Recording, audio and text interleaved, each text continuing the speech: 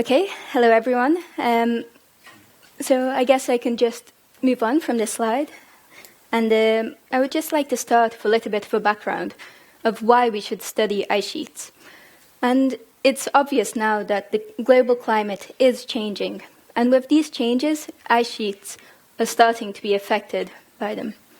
And as the climate is becoming a bit more unpredictable, we are starting to see that the ice flow within Antarctica, for example, is starting to increase. And this is starting to cause the sea level to rise, which is actually going to impact and is currently impacting all the low-lying communities around the world. So we really need to understand what the processes that are going on inside Antarctica and also Greenland, and what affects these ice sheets.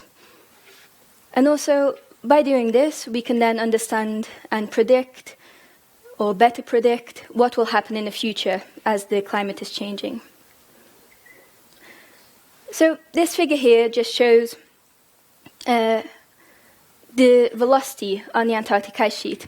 And you can see that the ice is being transported from the interior of the ice sheet, this is Antarctica, the interior of the ice sheet into the margins. And you can see that there are very large speeds here in Antarctica and at the margins overall. And the reason for this is because as the ocean meets the ice, it begins to melt and it causes the ice to retreat. And as the climate change is occurring, ocean temperatures increasing, the ice is starting to melt more and faster. And an example of this is the Larsen B ice shelf, which was located in the West Antarctic ice sheet. And you can see here in this picture how within the space of a few months, the whole ice shelf just disintegrated altogether. And the glaciers that fed onto this ice shelf actually started to speed up. This is a prime example for this process. And like I said, Larsen B was located here in West Antarctica. And this area is particularly vulnerable to warming oceans. And the reason for this is because it is a marine-based ice sheet. And this means that it's resting below sea level. So, as you can see in this profile here, this is the present-day sea level mark. And you can see that the ocean infiltrating beneath will cause it to melt, and it has a greater impact than, for example, in East Antarctica, which has very little ocean, and it's resting mostly above sea level. But we don't actually really know what's going on beneath the ice sheet. We know a lot about what's going on at the margins and at the surface. So we need to look at past ice sheets to try and understand what happened, what is causing this melting, what is causing it to break up and disintegrate in this way. And an example can be taken from the Barents Sea, where 20,000 years ago there used to be an ice sheet. And this is the Barents Sea, as we're all familiar with. And 20,000 years ago, the ice sheet that covered this region was as large as the West Antarctic ice sheet. But what's curious is that the Barents Sea ice sheet is no longer there, but the West Antarctic ice sheet is. So we want to know why, and what processes caused it to collapse, and what processes is causing West Antarctica to still be there 20,000 years into the present. So this is just a compilation of all the empirical data that has been seen in the Barents Sea. And you can see that there is a lot of data here in the southwestern section and in Svalbard. But there is some, but not really so much, in the central part.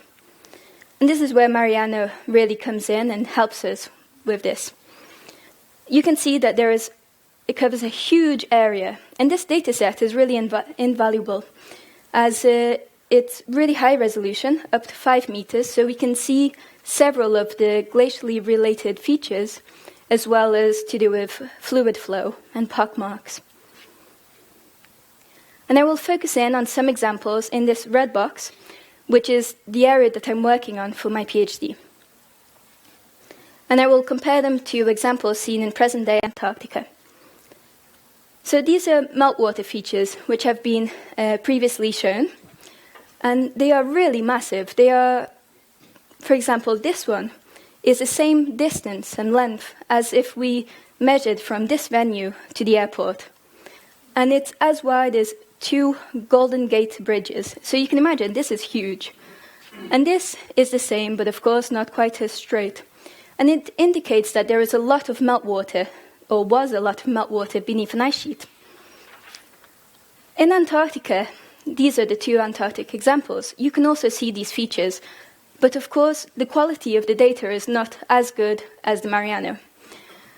And this is due to several factors, but what I wanted to show here is that the Mariano dataset is really invaluable. You really need this data to see such clear quality features. Another example are these megascale glacial lineations. And these are formed by fast-flowing ice. So we can infer by looking at these features that there was large ice mass flowing over this area and discharging huge amounts of ice. And you can see these features also in Antarctica. Once again, I would like to point out the difference in quality. So the Mariano dataset is really just perfect for mapping the geomorphology. And we can see so clearly these features, for example, this grounding zone wedge, where it symbolizes that the ice was resting here for some period of time and dropping all the sediment, melting out. And if you zoom in to this data, the quality does not really change. It's still equally as good.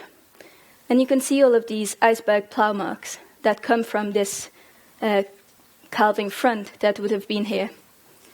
And this dataset really is ideal for cruise planning. We just this year used it for mapping some features, and then we went in and took some sediment samples, which we are currently analyzing. And so it's really invaluable. And by mapping all of these features, the importance of them is quite large, because once we map them, we can then transport them and put them into models. Numerical models are important because they allow us to see what processes and mechanisms impacted an ice sheet and caused it and enabled it to build up and also to disappear. And so the Mariano dataset covers a large section. This is the Barents Sea. You are here. And this is just a snapshot of a model that's currently being run. And with all the mapping that we have done in this area, it will be combined with this model so we can get a more realistic idea of how the ice in this area moved. And you can see that this Mariano data is really covering a large section of the interior of the ice sheet, of the base of the ice sheet, which we cannot see in Antarctica. So, by developing our understanding of past ice sheets, such as the Barents Sea Ice Sheet, we can better understand and predict future changes that will occur within the West Antarctic ice sheet. And by doing this, we can better understand what the changes will be in relation to global climate change. Thank you.